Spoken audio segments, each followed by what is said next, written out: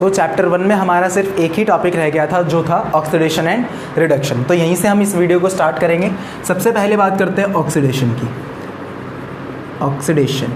Oxidation के अंदर एक ऐसा रिएक्शन होता है जिसमें किसी भी सब्सटेंस को ऑक्सीजन गेन होती है, इसे बोला जाता है गेन ऑफ ऑक्सीजन, या फिर किसी सब्सटेंस के साथ से जो हाइड्रोजन होती है वो छूट जाती है, वहाँ से निकल जाती है, या फिर इसे बोलते हैं हम लॉस ऑफ हाइड्रोजन। जब भी ये दो चीज़ें आपको देखने को मिलेंगी किसी भी सब्सटेंस के साथ, या तो उसने हाइड्रोजन छोड़ी हो या फिर उसने ऑक्सीजन को गेन किया हो, तब हम बोलेंगे उस सब्सटेंस का क्या हुआ है, ऑक्सीडेशन हुआ है। जैसे एक्टिविटी कराई जाती है, इसमें कॉपर का पाउडर लिया जाता है, कॉपर पाउडर को चाइना डिश में रख के हम लोग हीट कर देते हैं, तो वहाँ पर एक रिएक्शन होता है। कॉपर पाउडर ऐसा होता है, कॉपर पाउडर के साथ में जो ऑक्सीजन होती है एयर के अंदर प्रेजेंट, वो रिएक्ट करती है। रिएक्ट करने के साथ यहाँ पर हीट हम कर रहे होते हैं इसको। जब हम इसको हीट करते हैं ना, तो यहाँ से हमारे पास ये जो कॉपर ऑक्साइड है ये मिलता है हमें प्रोडक्ट में, ठीक है। और इस कॉपर ऑक्साइड का जो कलर होता है वो ब्लैक होता है। कॉपर का जो पहले कलर होता है वो शाइनी ब्राउन होता है, शाइनी ब्राउन।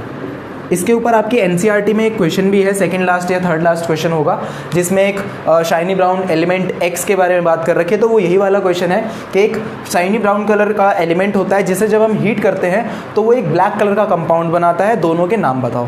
तो एक्स का नाम क्या है, शाइनी ब्राउन एलिमेंट कौन सा होता है, कॉपर। आपने देखा ही होगा, वायर्स के अंदर कॉपर देखा होगा, जिसे तांबा भी बोला जाता है। तो कॉपर शाइनी ब्राउन होता है। जब इसने ऑक्सीजन के साथ रिएक्ट किया, हीट करने पर इसने हमें क्या दे दिया, एक ब्लैक कलर का कंपाउंड दे दिया जिसका नाम है कॉपर ऑक्साइड, ठीक है। ये होता है कॉपर ऑक्साइड,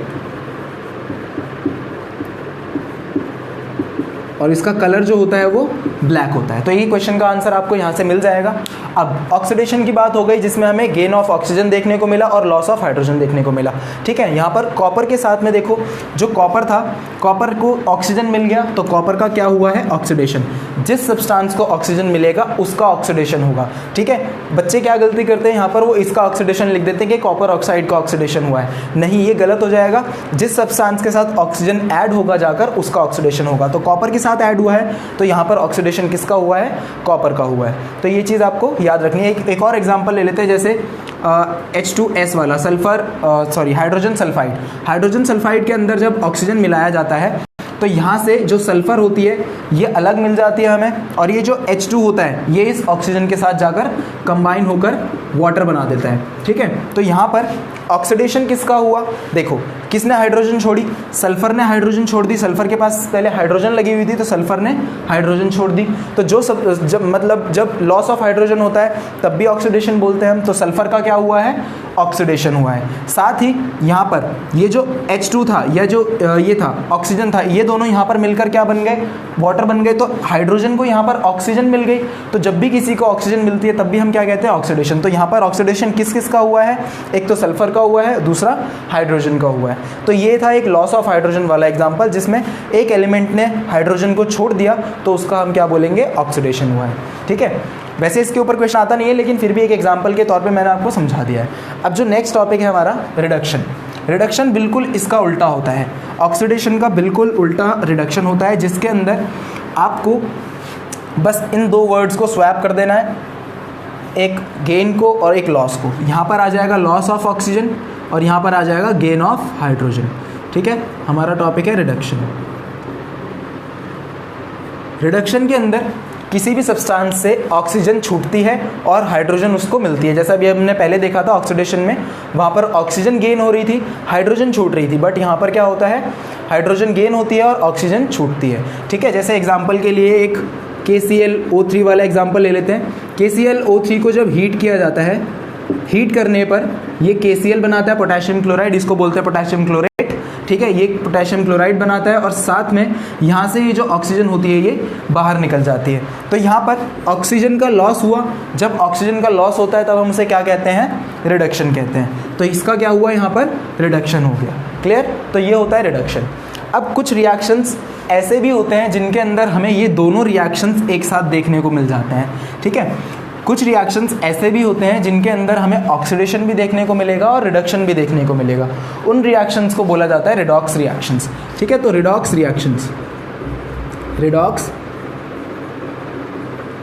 रिडॉक्स रिएक्शंस वो होते हैं जिनके अंदर हमें ऑक्सीडेशन भी देखने को मिलेगा और रिडक्शन भी देखने को मिलेगा। जैसे भी हमने एक एग्जांपल लिया था, कॉपर पाउडर को हीट करने पर वो कॉपर ऑक्साइड बनाकर दे रहा था हमें ऐसे करके ब्लैक कलर का। अब इसी रिएक्शन के अंदर ये जो ब्लैक कलर का कंपाउंड बनता है, इसी के अंदर से जब हम हाइड्रोजन पास कराते हैं, कॉपर ऑक्साइड के अंदर हाइड्रोजन जब हमने पास कराई और इसको हमने कर दिया हीट, तो यहाँ पर ये जो कॉपर होता है हमें दोबारा से मिल जाता है। ठीक है, तो ये कॉपर दोबारा से मिल जाता है और ये जो हाइड्रोजन होता है और ये वाला जो ऑक्सीजन होता है, ये दोनों कंबाइन हो जाते हैं। कंबाइन होने पर हमें वाटर दे देते हैं। ठीक है, तो अब कॉपर ऑक्साइड ठीक है, इस सब्सटेंस ने ऑक्सीजन को छोड़ दिया, तो जब भी लॉस ऑफ ऑक्सीजन होता है तो हम इसे क्या कहते हैं, रिडक्शन कहते हैं। ठीक है, तो कॉपर ऑक्साइड का क्या हो गया, रिडक्शन हो गया।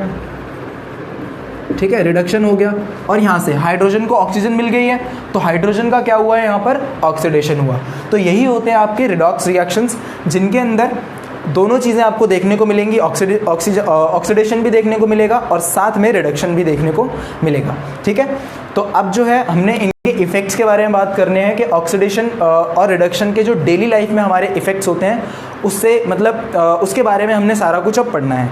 ठीक है, तो इफ़ेक्ट्स के अंदर वैसे बेसिकली ज़्यादा कुछ भी नहीं है, बस दो तरीके के आपके इफ़ेक्ट्स होते हैं इसमें जो आपको पढ़ने हैं। एक होता है कॉरोजन और एक होती है रैंसिडिटी। कॉरोजन का मतलब होता है, ठीक है, कॉरोजन एक प्रोसेस होता है वैसे तो, जिसके अंदर एक मेटल के कांटेक्ट में कोई भी एक ऐसा सब्सटेंस आता है जिसके पास में ऑक्सीजन होती है और वो उस मेटल को डैमेज करना शुरू कर देता है। इस पूरे प्रोसेस को कॉरोजन बोला जाता है। मोस्ट कॉमन एग्जांपल जो होता है इसका रस्टिंग ऑफ आयरन होता है। आपने देखा होगा लोहे के ऊपर अगर हम पानी डालते हैं या वो ज़्यादा देर तक जैसे बारिश में या मॉइस्चर में जहाँ नमी होती है उस एरिया में अगर खुला छूट जाता है आयरन, तो उस पर जंग लगने लग जाती है। ठीक है, तो ये कॉमन एग्जांपल होता है कॉरोजन का। कॉरोजन क्या था, एक प्रोसेस था जिसके अंदर एक मेटल किसी ऐसे चीज़ के कांटेक्ट में आता है जिसके पास ऑक्सीजन होती है। अब वो कोई भी चीज़ हो सकती है, वाटर भी हो सकता है, एयर भी हो सकती है, एयर के पास भी ऑक्सीजन होती है, एसिड्स कुछ एसिड्स होते हैं जिनके पास ऑक्सीजन होती है। तो अगर इनके कांटेक्ट में आके वो मेटल डैमेज होना शुरू हो जाता है, तब हम बोलते हैं कि वो मेटल जो है वो कॉरोड बन चुका है और इस पूरे प्रोसेस को बोला जाता है कॉरोजन। ठीक है, अब कॉरोजन के डेली लाइफ में भी कुछ इफेक्ट्स होते हैं, जैसे जो ब्रिज वगैरह होते हैं, कार बॉडीज़, शिप्स, ये सब हमारे आयरन से बनाई जाती हैं। ठीक है, तो कॉरोजन की वजह से अब डैमेज होता है मेटल, तो हर साल बहुत सारा आयरन जो है वो वेस्ट हो जाता है। तो अब इस वेस्टेज को रोकने के लिए हम कुछ वेज होते हैं जो कॉरोजन को हम कुछ वेज अप्लाई करते हैं जिसकी वजह से जो कॉरोजन है वो रुक जाए। अब वो वेज क्या क्या होते हैं, पहला वे होता है पेंटिंग। ठीक है, आयरन के ऊपर हम आयरन आर्टिकल्स जितने भी होते हैं अगर हम उनके ऊपर पेंट कर दें तो पेंट करने से जो रस्टिंग है यानी कि जो आयरन का कॉरोजन है वो रोका जा सकता है। ठीक है, दूसरा होता है गैल्वेनाइजेशन। अब गैल्वेनाइजेशन एक प्रोसेस होता है जिसके अंदर आयरन आर्टिकल्स के ऊपर सिल्वर या जिंक की कोटिंग कर दी जाती है।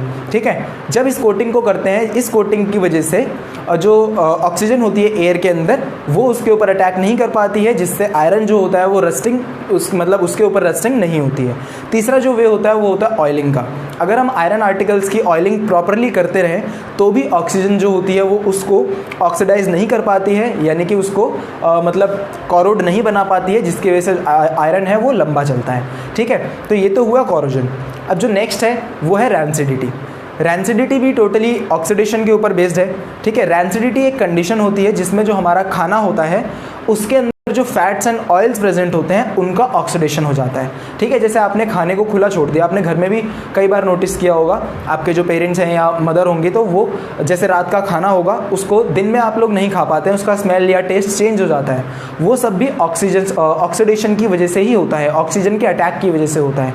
जो खाना आपने खुला छोड़ दिया, एयर में जो ऑक्सीजन प्रेजेंट होती है वो उसको अटैक करती है, उस खाने के अंदर जो फैट्स एंड ऑयल्स प्रेजेंट होते हैं वो उनको ऑक्सीडाइज कर देती है, यानी कि जो फैट्स और ऑयल्स होते हैं उनका ऑक्सीडेशन हो जाता है। उनके ऑक्सीडेशन की वजह से जो खाने की स्मेल होती है या खाने का जो टेस्ट होता है वो बिल्कुल चेंज हो जाता है, और चेंज होने की वजह से वो हमारे लिए टॉक्सिक भी हो जाता है, कई बार हम उसे नहीं खा सकते हैं।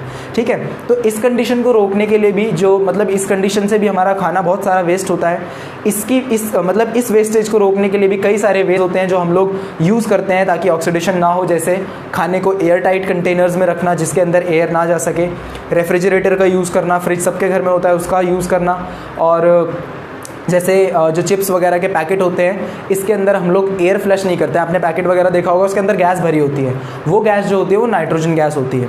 अब क्वेश्चन यहाँ पर एक और पूछा जाता है कि चिप्स वगैरह के जो पैकेट्स होते हैं उसके अंदर नाइट्रोजन ही क्यों डालते हैं, एयर क्यों यूज़ नहीं करते हैं। तो एयर के अंदर तो ऑक्सीजन होती है, अगर ऑक्सीजन हमने मतलब उसके अंदर हमने एयर डाल दी तो चिप्स वाले जो फैट्स एंड ऑयल्स होंगे वो ऑक्सीडाइज हो जाएंगे। ऑक्सीडाइज होने की वजह से जो क्या कहते हैं खाना जो होगा, मतलब जो चिप्स होंगे वो उनकी स्मेल भी चेंज हो जाएगी, उनका टेस्ट भी चेंज हो जाएगा, जिसकी वजह से वो खाने लायक रहेंगे नहीं और वो मटेरियल भी वेस्ट हो जाएगा। इसलिए उसके अंदर नाइट्रोजन डाली जाती है, ठीक है। और एक लास्ट तरीका जो होता है वो होता है एंटीऑक्सीडेंट्स प्रोवाइड करने का। एंटीऑक्सीडेंट्स जो होते हैं वो कुछ केमिकल सब्सटेंसेस होते हैं जो ऑक्सीडेशन को रोकते हैं, ठीक है, जो प्रिवेंट करते हैं ऑक्सीडेशन को, उन्हें इसीलिए एंटीऑक्सीडेंट्स बोला जाता है, ठीक है। अब यहाँ पर एक छोटा सा पॉइंट भी है जो रह गया था बताने के लिए। जैसे किसी सब्सटेंस का अगर ऑक्सीडेशन हो रहा है तो हम बोलेंगे उस सब्सटेंस को रिड्यूसिंग एजेंट, ठीक है। ये चीज़ आपने बहुत अच्छे से ध्यान रखनी है। अगर किसी सब्सटेंस का ऑक्सीडेशन हुआ है तो उसे रिड्यूसिंग एजेंट बोला जाता है, और अगर किसी सब्सटेंस का रिडक्शन हुआ है तो उसे ऑक्सीडाइजिंग एजेंट बोला जाता है, ठीक है। ये थोड़ा सा उल्टा होता है, इसलिए कई बार याद नहीं रहता या कन्फ्यूजन हो जाती है, तो ये कन्फ्यूजन नहीं रखनी है आपने। जिस सब्सटेंस का ऑक्सीडेशन होगा उसे हम बोलेंगे कि वो रिड्यूसिंग एजेंट है, जिस सब्सटेंस का रिडक्शन होगा उसे हम बोलेंगे कि वो ऑक्सीडाइजिंग एजेंट है। तो इस चैप्टर के अंदर बस इतना ही था। यहीं पर जो आपकी वीडियो है वो खत्म होती है। Thank you very much. घर में रहिए, सेफ रहिए और हाथ धोते रहिए टाइम टू टाइम। मिलते हैं नेक्स्ट वीडियो में।